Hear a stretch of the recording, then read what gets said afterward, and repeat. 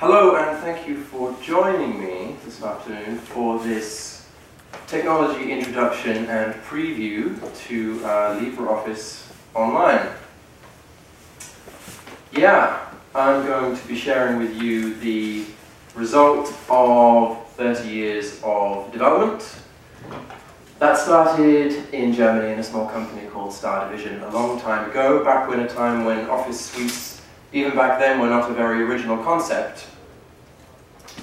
And between then and now, various companies, communities, community brands have brought LibreOffice and its 8 million lines of code into the era of the cloud. And today we are not bound to any one machine or any one platform. We have made LibreOffice available all the time, everywhere, on most devices. And the other devices should be coming soon. So, first off, who am I? Why am I talking about LibreOffice? Well, I'm a member of the Document Foundation, which is the non-profit entity behind LibreOffice. If any of you are doing any work around LibreOffice, just promoting it, translating it, I encourage you to join the foundation. It's free, it means you get to do some cool stuff. Like going to conferences that we had just a month ago in Denmark. And until very recently, I worked for this company, Collabora, at the top, who are an open source consulting firm based in Cambridge and Montreal, with around 90 engineers, mostly working remotely. They're a bit of a shadow hand, working in the background of all sorts of big silicon companies, car companies, mobile phone companies, doing entirely open source software. And about 2 years ago, Collabora got into the business of open source productivity. They acquired a team of LibreOffice developers from SUSE and Novell when that company split apart. And since then, we've been selling LibreOffice services and products to enterprise organizations, banks, the public sector, generally packaging it up in a form that makes it acceptable to people with lots of money who would otherwise be buying other Office suites, proprietary Office suites, obviously. Yeah, and about every month at the moment, LibreOffice is seeing a little over 2,000 commits by various individuals and companies to the code base. This is actually the 5th year of LibreOffice. We're celebrating our 5th birthday in 2015. So that was 5 years since the project forked from Apache OpenOffice, and we're doing really, really well. In that short time, we've already had over 3,000 individuals, individual developers, translators, make commits to the code base. And currently, Collabora is the number 2 committer. So we're doing an awful lot of work on pretty much every aspect of the LibreOffice code base, including LibreOffice Online, which is something that I announced in March of this year, generated a lot of media interest. That followed work we've been doing on Android, and I'll explain how these two are very closely related. I announced the LibreOffice for Android app in January, shortly after Christmas this year. It's in the Google Play Store. There are actually 2 versions. And we have a version for iOS in the works. So that's only the clients that are official to the Document Foundation and Collabora, by the way. There are other clients as well, which are independently in development. So, yeah, the logo at the top here is Collabora's, and everything that the company has done is contributed back to the Document Foundation under the Mozilla Public License version 2.0. Sometimes I might have a brain slip and refer to LibreOffice Online as Collabora Cloud Suite, because at the moment the code base is exactly the same, and I talk about both. So LibreOffice Online is the same code but packaged by the Document Foundation and downloadable from their website, whereas Collabora Cloud Suite is the enterprise product produced by Collabora. And at the moment, as I say, they are fundamentally one and the same as far as the technology is concerned. But now I've given you that background, let's look at what LibreOffice Online really is and what makes it so dang cool. Well, it is an all-platform Office suite. So for quite some time now in the open source world, we have been in the sticky position of not having anything to answer to Microsoft and Google's huge drive to the web browser. Office 365 is everywhere, in case you hadn't noticed. Microsoft is very good at encouraging people to use it, or forcing people to use it in many cases. If you want to upgrade, then there's only so many choices that you have.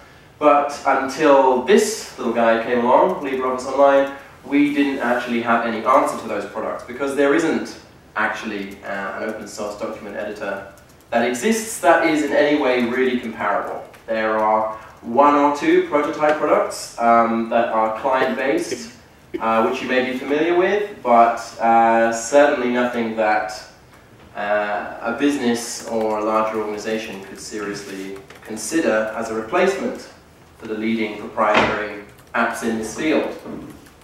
So LibreOffice Online is brand new clients. You're familiar with the desktop version of LibreOffice, I assume, but as I mentioned, we already have Android clients, and big new thing with LibreOffice Online is the web client. So this is very similar experience for viewing and editing documents from the existing clients, but in your web browser, which means that all your documents and those features that you are used to from the existing desktop and mobile client is now always on, always available, 24 hours a day, etc., the various benefits of the cloud.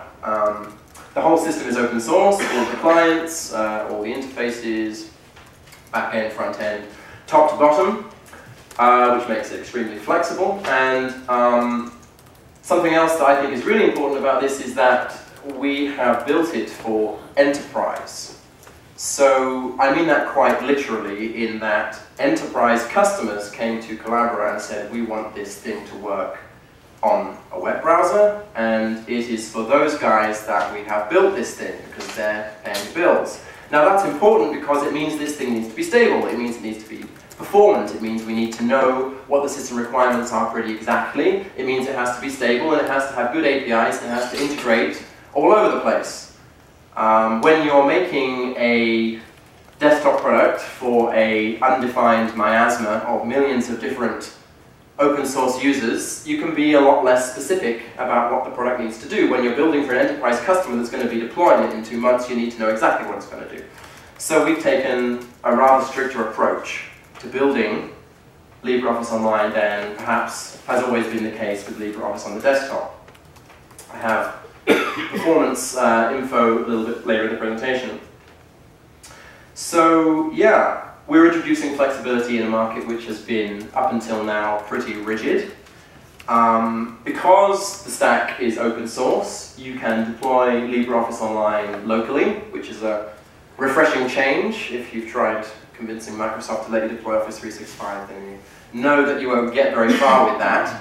That's a big problem for all kinds of users, government users especially, but anybody who's very concerned about their data privacy doesn't tend to want to ship all their documents, which can be hundreds of thousands, or in some cases millions of documents, overseas, to a different continent, to a different jurisdiction.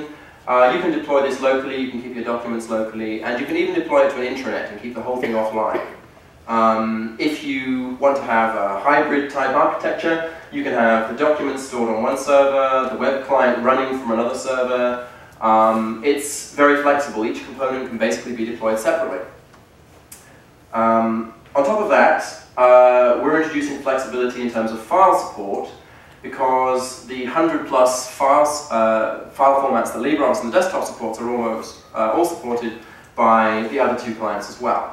So that means 100+, I mean, technically speaking, we have something like 180 filters to import and export data into LibreOffice. But some of those are quite similar, so I tend to say 100+ instead. But however you look at it, it's a damn sight more file formats than any other Office suite that's currently in a web browser. We're also talking about things like Visio files. Maybe not your top priority, but considering Microsoft has recently started charging separately for licenses for Visio to Microsoft Office, that's a bit of a deal breaker if you work in the public sector and healthcare, or you have a lot of Visio files. Microsoft Publisher files, also supported across clients. AutoCAD sketch export formats are also supported. These are just some of the 100 plus formats that we support, of course, as well as Microsoft Office formats and the best open document format support that you can basically find in any client anywhere. So, yeah, I'm missing a little bit on the top here, but hopefully you can guess what the text is. It's a bit repetitive. As well, we have full fidelity support for those Office formats that I've just been mentioning. By full fidelity, I mean that the documents look the same regardless of where you load them.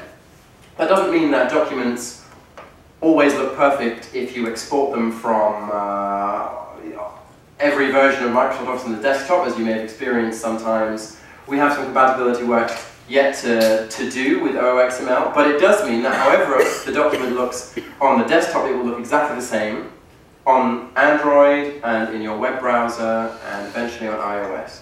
So I'm talking, we don't like to say 100%, but go close to 100% is what we're expecting here. That's not something that any other product currently can touch because they do the rendering locally. And depending on the client that you use, the web browser that you're using and the platform that you're using, Office 365 will make documents look a little bit different. But we handle things very differently, so we're aiming for almost pixel perfection in terms of how those documents render across clients. And finally, we don't leave the more advanced features that you're used to from the desktop behind. By which I mean if you save a file which has change tracking built into it, for example, or document comments, maybe you've tried adding comments to individual cells in LibreOffice or replies to comments, things like pivot tables, things like macros and sophisticated formulas in your spreadsheets, all those things, they will also work in the web browser and on the mobile client. This also goes for all the chart types, for example. If you're a chart junkie, then again, they render just the same. That's also not something that any other proprietary competitor can say right now. So we're pretty proud of that. In these ways, we're really bringing the power of LibreOffice and its community from the desktop onto these other platforms and to the enterprise cloud. Some of these features enterprise customers have never seen before, and that makes it pretty exciting to those companies and to the enterprise press who are already picking up various stories about LibreOffice Online. And I should say that the code base is shared both between these clients and on the desktop. So there's a reciprocal relationship between the Android app, for example, and the web client. If you work for yourself as a volunteer LibreOffice contributor, or if you're, for instance, working for Red Hat, I know some people here do work for Red Hat and work on LibreOffice, well, that work will go to benefit the web client of LibreOffice Online and the Android client, and similarly when Collabora makes a fix to the Android client, well, it's the same code base, so again, that reciprocal relationship benefits the other clients too. So as we go forward, we don't have siloed code bases, they're all connected and all improving together. One of the ways that we're able to deliver the fidelity that I was talking about and have that shared code base is to literally use the same backend of LibreOffice in all these different places.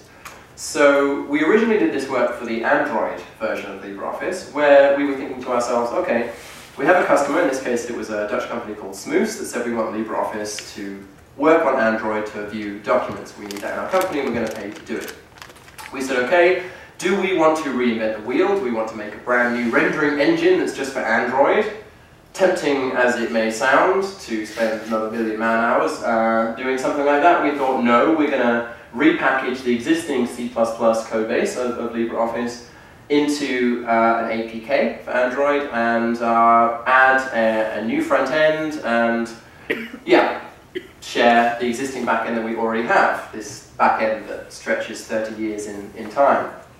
And that's what we did. So Collabora separated LibreOffice backend and front end on the desktop. We created a project within the Document Foundation called LibreOffice Kit, which you may have heard of, and that is basically all the LibreOffice internals just without the desktop front end. We injected into that a beefy application programming interface. That API allows us to connect into all kinds of new front ends, both on mobile and desktop and online.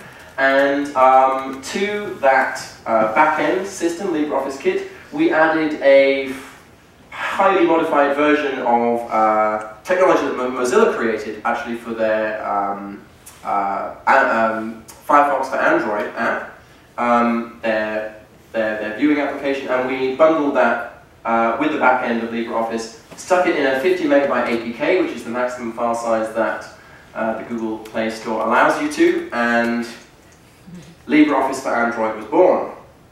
I was quite challenged, by the way, squeezing 8 million lines of code into 50 megabytes, plus a Frankenstein version of Firefox for Android, but it's amazing what you can do when you put your mind to it. The benefit of that process was that we already had a server application for LibreOffice Kit, when we came to make the web UI, and so this is exactly what we used. Now, this means that when you use LibreOffice to view a document in your browser makes a request over the network to a LibreOffice server somewhere, and image tiles are fetched, images of the document, so the document is rendered outside of your machine on the LibreOffice server, and those image files are sent over a WebSocket back to your browser.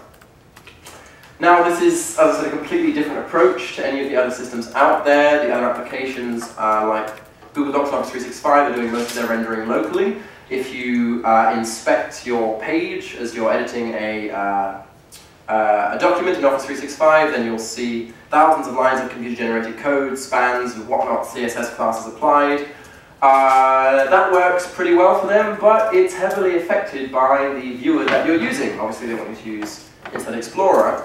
But with LibreOffice Online, it doesn't really matter what viewer you're using, because the images are all coming remotely. So we can be confident that the document is going to look exactly the same, no matter how complex the content is, no matter how many comments or formulae or whatever the hell else you decided to put into your ODT file or docx file, because the images are being rendered by exactly the same process that would be rendering them on LibreOffice for desktop. Because LibreOffice Kit is somewhere remote, working a way to do this. More likely, it's already rendered those images long ago, cached them, and then sent those images in response to your request. Yeah.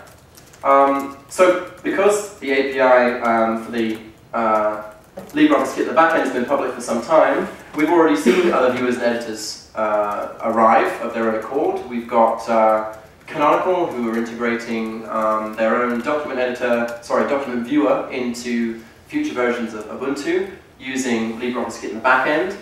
GNOME developers have independently created a GTK document viewer, also based on LibreOffice Kit running in the back end.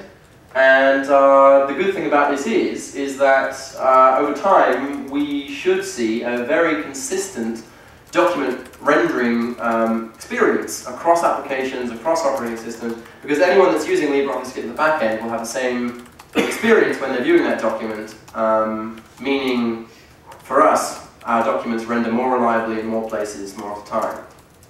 Yeah, it's the wonder of decoupling front and back end, right?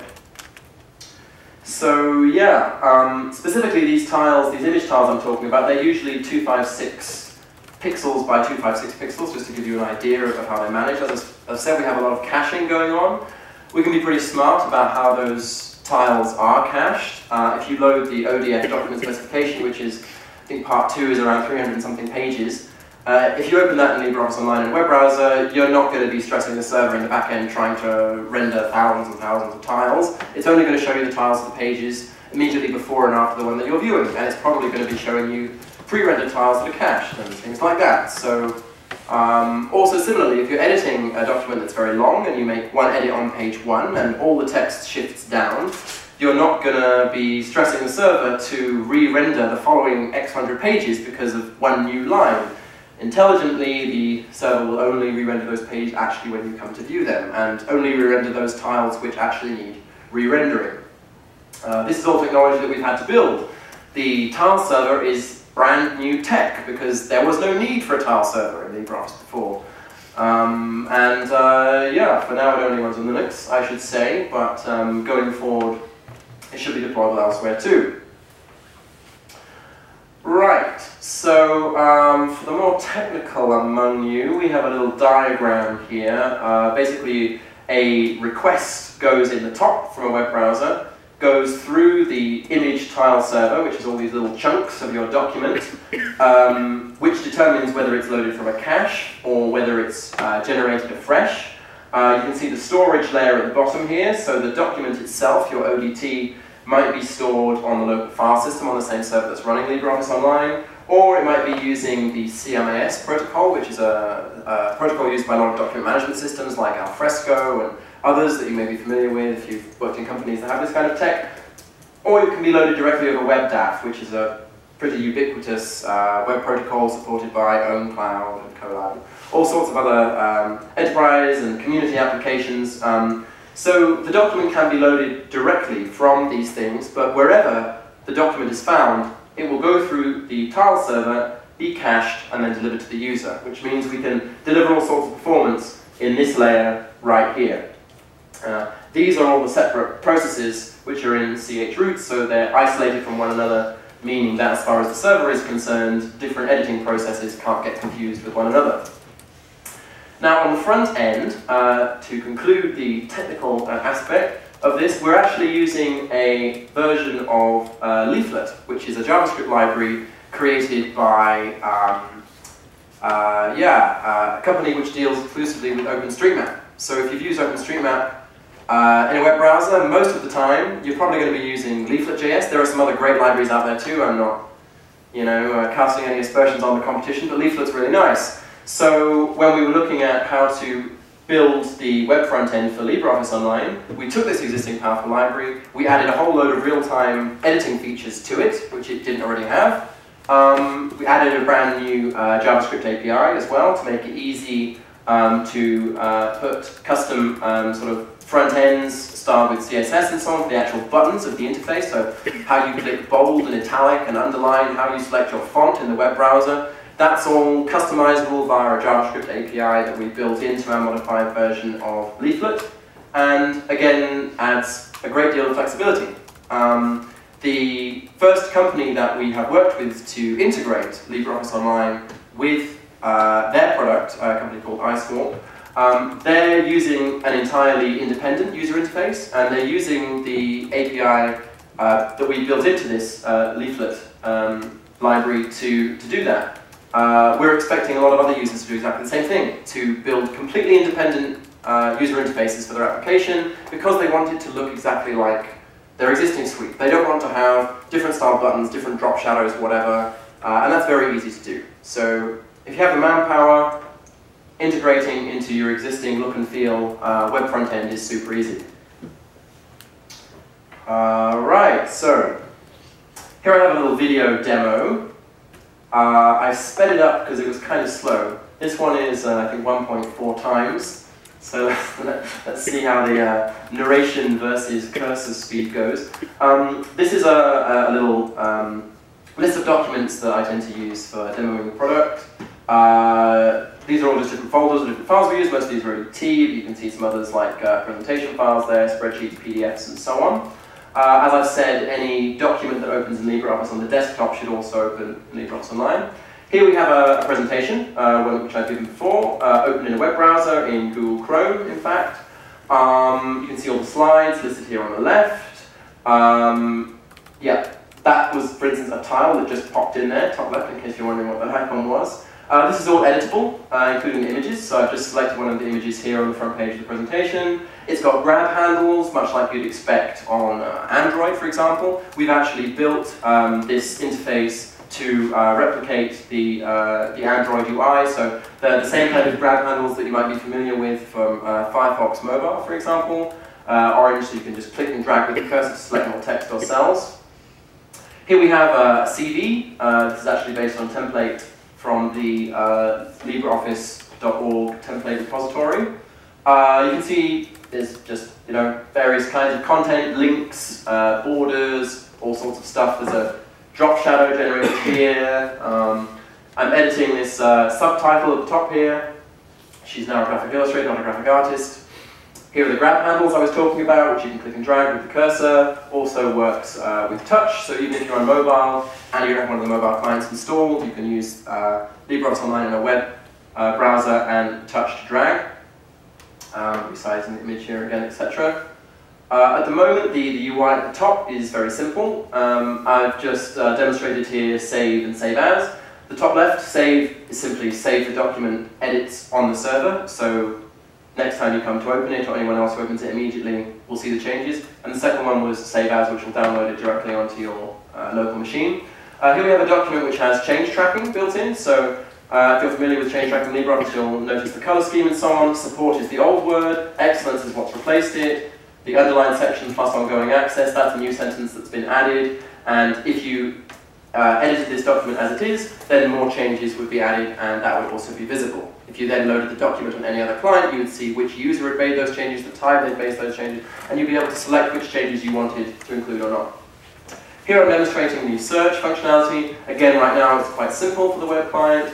That's more to do with the interface than the actual internals, but you can search backwards and forwards for text and so on as you'd expect. Here we have a docx file. This is actually one of the templates that I took directly from Office 365. So I just went to the Office 365 website, looked at their brochure templates, and loaded this. As you can see it looks pretty much identical to what you'd expect. The fonts included, all editable, savable, exportable to a different format, all from within Google Chrome. I think I have a spreadsheet coming up next.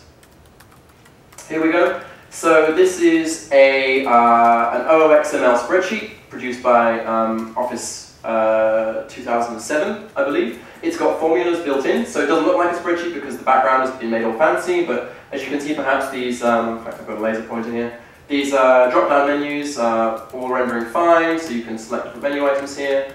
These numbers are actually generated by this formula here. And if you're observant, you'll notice that this formula actually includes a customized data range. So tickets, squared braces, discounted, that's actually the name of one of these columns. This is something that Google Docs doesn't support, for example. We have a question at the back, but this video is, no? Okay, he's just flicking his pen, excellent. But yeah, so I don't know if you noticed, but this number here changed in response to the formula, which I changed up here. So just a quick demonstration of how formulas are rendering fine even in the Office 2007 documents right here in the browser. Down here there was a tab which was demonstrating multiple spreadsheets, but yeah, I'll demonstrate that another time. Multiple spreadsheets within a single sheet also work. That's the punchline. Here we have a Visio file, so as you can see up here it's hrprocess.vsd. This is, again, rendering exactly as it would in LibreOffice on the desktop. Here I'm editing the Visio diagram. This is actually the LibreOffice draw component that we're seeing working here. Although if there were multiple pages to the graphic, then they would be listed here in the left-hand panel. But yeah, Visio demonstration. I think we're back to the beginning of the video now, so I should stop before it goes any further. Okay, good. That was a bit of a race. Right, how are we doing for time? 31 minutes. Shout at me when I go over. Okay. You might want to leave some time for questions. Alright, I'll race through this. Okay, so one thing I wanted to say about the video I just showed is that that's actually about 6 weeks old now, and there's some new features that have been added since then. We added presentation view mode in browser, so if you're looking at a presentation, you click the presenter mode and it will open in a new tab and all the transitions will work, and it'll just click to view next slide as you'd expect, basically. We also added support for some new transitions, some more fancy 3D ones like reveal, which is when one slide sort of pops over the next one and disappears, and fade, and one or two others, which is important because if you're opening a PowerPoint presentation in LibreOffice Online, then you expect the transitions to look more or less the same as they were when you created it in PowerPoint. So we've been adding some of those. We added more comprehensive print support, so Control-P now will load a PDF from the LibreOffice server into your browser and initiate a print, which means that rather than the images which are showed in the actual web client for viewing and editing, the printable file is high resolution and actually has selectable text inside it. It's a PDF. So printing is working nicely. We also added styles and formatting to toolbar. So I don't know if you're familiar with styles and formatting in LibreOffice, but it's basically allows you to change the styles of and sort of many different bits of text at the same time, a bit like CSS classes. So you can select heading 1, paragraph, or whatever, LibreOffice color scheme 6 or something. So that's now built into the UI as well. And yeah, more comprehensive shortcuts for copy and paste special. But yes, it's ongoing work, right?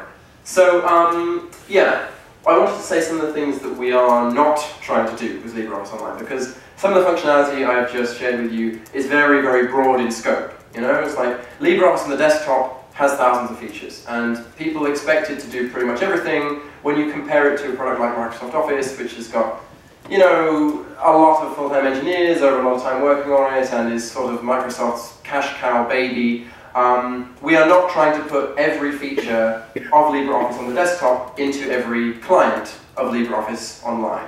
If we did that, we would end up with a telephone switchboard, which is how one of the directors of the Document Foundation recently told me is how his wife views the interface to LibreOffice. Basically a confusing mess of plugs and switches that are kind of useless. Now, that's a bit unfair. We've done a lot of good work on the UI of LibreOffice on the desktop, especially with version 5. And if you haven't upgraded to version 5 yet because your Linux distribution is being slow, then I highly recommend you do.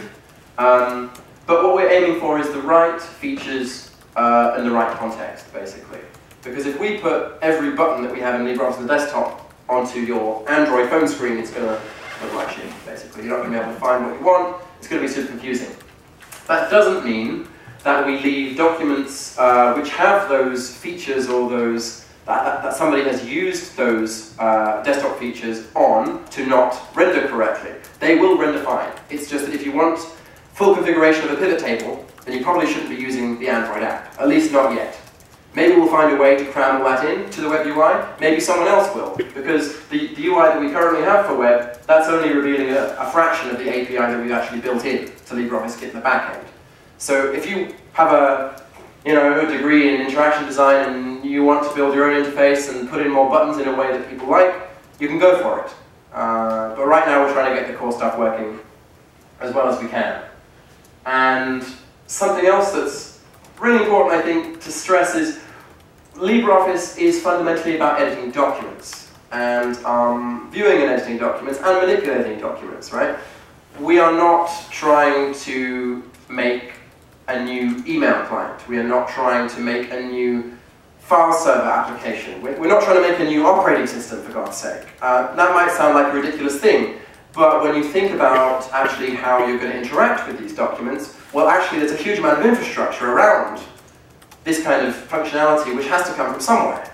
Like, okay, so obviously to edit your document on the web, it has to get onto a web server somehow. So how's it going to do that? What about permissions? What about the username that's associated with it? What about server-side encryption?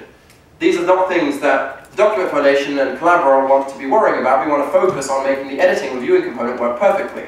So we're not inventing a new groupware stack. We're relying on other companies and other services and other open source products to provide those functionalities for us and to integrate with them by being as flexible as possible on our side. So the company which actually allowed this whole dream to finally be realized, and people have been waiting to make LibreOffice Online for many years now, by the way, we just didn't have the money to do it. The people who actually stepped up to make it possible was a company called iSwap down here. Now these are a German business server and enterprise groupware company who are the first company that we've integrated LibreOffice Online with. And they provide the groupware, mail server, document management, and calendaring system already off the shelf in a product. Now, I should say it's proprietary, but there are many other open source products and components which you could use instead of this. They just haven't stepped up and said, hey, let's do this, at least not yet in public, but watch this space, right? It's early days. But from LibreOffice's side, we are not providing these things. And I think it's a good thing we're not providing these things, because if we were to invent a webmail client, maybe it wouldn't be the best webmail client in the world. So I'm saying this because you're eventually going to want to use this software. When you do, it's probably going to be in a window branded with someone else's technology, because they're the ones who are going to be providing the file hosting interface. They are the ones who are going to be providing access control, and they're the ones who are going to be providing sharing functionality. What we are doing on our side is providing the best document viewing and editing experience, hopefully on the market. At the moment, we are growing the ecosystem of these kinds of companies around the product, so the ecosystem of companies who will have this integrated and will ship it already inside their product. We're building an ecosystem of services like monitoring of how LibreOffice Online is running on your server, because when we start talking about performance, that gets pretty critical. When we start talking about clustering, that gets even more critical. At the moment, we're aiming at 1,000 simultaneous editing users on a document, on a given document using LibreOffice Online, being performant on a single server with 64 cores. That means if you have 1,000 users and you have one server, 64 cores is all you need to serve them all simultaneously. Maybe that sounds like a lot, maybe that sounds like a little. It depends on who you work for, I guess. But yeah, performance is something that we have to be really tight on, because if you imagine a document getting slash-dotted, it's quite a challenge for our engineers at Collabora to think about how to make that work without jamming a network and having everything fall over. Collaborative editing is also something that we're working on intensively right now at Collabora. By collaborative editing, I mean multiple cursors on a single document, every keystroke saved simultaneously, much the same as you would experience in Google Docs. This is not something that we expect to be released in the first version of LibreOffice Online and Collabora Cloud Suite, but we expect it to come in either 1.1 or 1.2. Yeah, it's something that is completely new to LibreOffice. There has never been this kind of functionality built in before.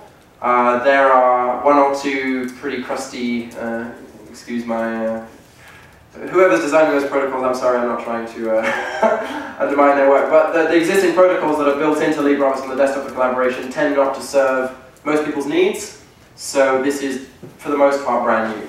And yeah, early next year, you could probably expect to see it. And yeah, for this to succeed, for this whole product to really change the world, which is really, what we want to do, right? Because the world is using document editing already in browser and on mobile, and they're using proprietary document solutions, and we want to change the world by introducing open source solutions here and making everybody's expectations a whole lot more flexible. We want people to be making decisions about how they design their architecture and their business decisions based around their needs, not based around whether they're allowed to run Office 365 in this context or that context, or whether their license has been discontinued for this or that, But for that to happen, we need to appeal. LibreOffice Online has to appeal to more than just open source software lovers. We need to appeal to enterprise, the enterprise world, in a very serious way. We need to compete on their terms, we need to outperform them, and we need to market right, damn it, which is also really pretty hard. To that end, we need to be more powerful than Google Docs, by which I mean we need to have more features. In some cases we already do have more features than Google Docs, but there are quite a few areas in the user experience where we're lacking, I would say. And we need to be more flexible in Office 365, and by that I mean, deploy where you want and when you want and so on and so forth. Integrate with anything, right? That's part of the mantra here. We can do these things, we can be better by leveraging this common code base, by sharing the technical debt and the burden amongst all those companies that are already contributing to LibreOffice, amongst those 3,000 committers who have already shared their time with the project over the last 5 years, by being public, by encouraging participation through meetings like this, by joining the Document Foundation, as I again encourage you to do, and yeah, by being very open to people who want to partner with us. IceWarp, as I said, is a proprietary company, but they provided the funding to make this thing happen. Now, some people aren't so happy about open source being funded by proprietary software companies, and of course I prefer it to be funded in another way, but the reality is, that's what's getting this product done. And ultimately, if we want to reach the maximum number of people, we need to work with the maximum number of people, and I'm very happy to do that, especially when it involves improving the product.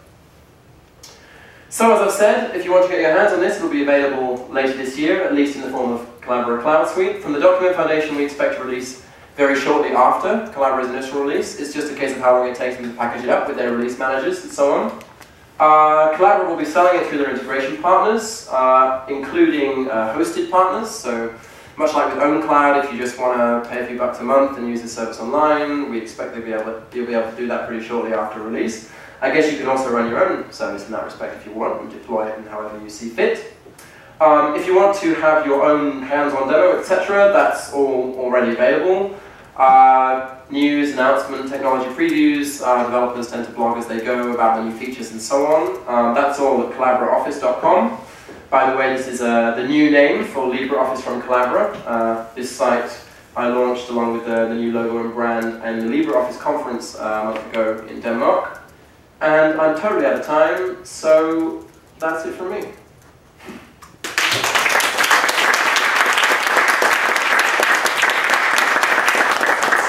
If there are any questions, we can do a few minutes since there will be no talk after this one. Cool. Any questions? What's your relationship with Collabora today? You're a former employee? Yes, strictly speaking, I was the marketing manager for Cloud Productivity until 2 weeks ago. So, you sacked or did you get another job? Actually, I'm going to become the CEO of PHP List as of the 23rd of November. Congratulations. Thanks. Any questions that aren't about me personally? I shave once a day, yeah?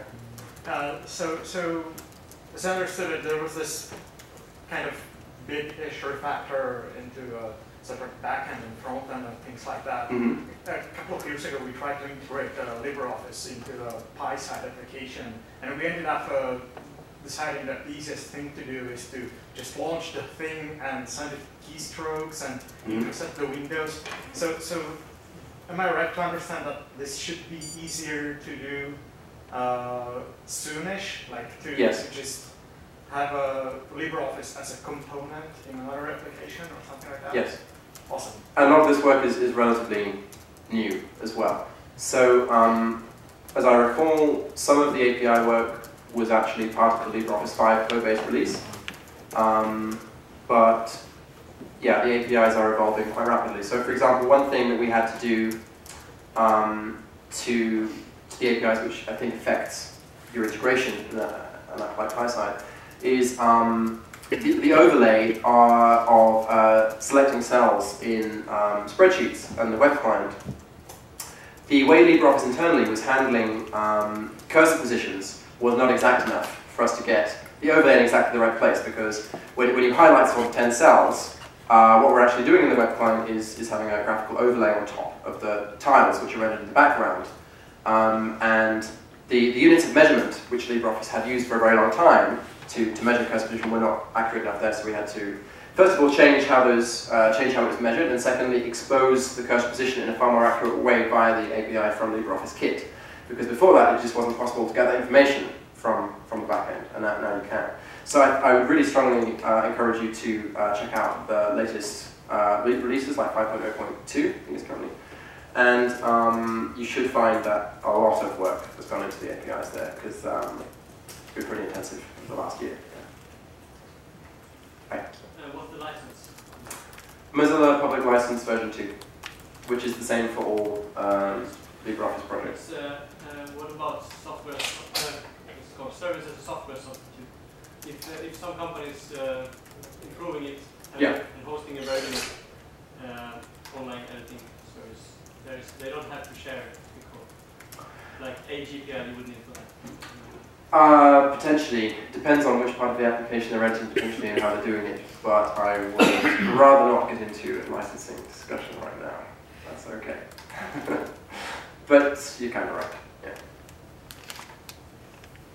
Do you have a question? Yeah, I actually wondered about the community edition and the offering from Collabora. Yeah. How will they differ? I mean, most of the time they differ somehow. So 100% of the work that Collabora does across all its business units is open source. So any development, and it's not only open source at some distant point in future, this stuff is actually developed in the open. So LibreOffice Online and Collabora Cloud Suite, it's the same code base which is being developed on the Document Foundation's own Git servers, so it's all public stuff. As far as the code goes, it won't differ at all, unless you're talking about integrations with a particular partner, in which case that's up to them to do whatever they're going to do. But there is no difference at all. Fundamentally, the difference from Collabora's side is in terms of support. So we have guaranteed patching, different release cycle potentially. It will, I expect, mirror the way that Collabora and the Document Foundation work together with LibreOffice on the desktop, which is basically Collabora has different priorities potentially in their releases. So stability is far more important to them and their enterprise customers. Sometimes a feature like, for instance, we recently added support for PDF signing and timestamping. That was really important to our enterprise customers, so we kind of included that feature earlier and held back other features. So there'll be a different release cycle published by different groups of people, but ultimately it's all going to be the same code. Wow. Yeah. I'm sorry if I missed it, but own cloud integration, is that sort of, are you aware of sort of it being a thing, or being like getting there already, or? There's been no announcement about that just yet. Okay. That's a fairly evasive answer.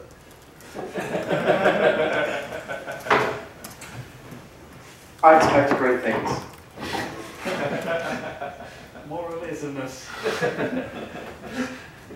Okay. Any other questions? What about the plans for collaborative editing? How about thinking about merge conflicts and tracking the changes? Yep, these are all issues we're working on right now.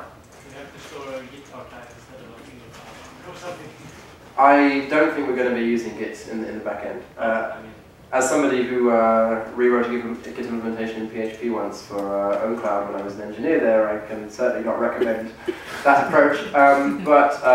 Yeah, there will be an interface. There will have to be an interface for this kind of thing. And I don't know exactly what it's going to look like yet, but hopefully we will do soon. And you probably have to, it should be possible to integrate it with desktop version as well. You mean real-time collaborative? Work on an online document with a desktop version of the program. That's the hope, and that's also something that is one of our top priorities going forward. Is better inter-client communication. So yeah, it's also something that hasn't been done, yet until now, and it's also to an extent up to what enterprise customers demand here, right? Because ultimately somebody's got to pay for this. At the moment there is quite a lot of goodwill in terms of the companies that we're talking to wanting this kind of stuff. But every time we extend the brief a little bit, we need another sales discussion, and I'd be delighted to talk to anybody, or at least Collabora would be delighted to talk to anybody who needs these features, because they're experts at providing it. One question about the open document format and support for it. Could you say something about what's happening there? I mean, for example, it's been rather frustrating, I think, on the Android platform that it's in, most apps that support documents handling there don't support ODT and etc. Is anything happening there in the Open Document Foundation to actually get out support for the format? Because it's rather critical for the uptake of the That's important. It's part of the ecosystem of apps, right? To get these companies to buy in, and in many cases, or at least in some cases, it's not even a technical issue really. I mean, it's just a case of adding .odt.odp to a list of filters or to a list of file extensions that are supported by an application. And often it's not any complicated internals that these apps require, either on the enterprise side or on mobile apps. It's just they're unaware of them, or they didn't bother adding support for them. So I'm not a member of the standardization group. Many people we have people in Collabora are, and they're working on that, but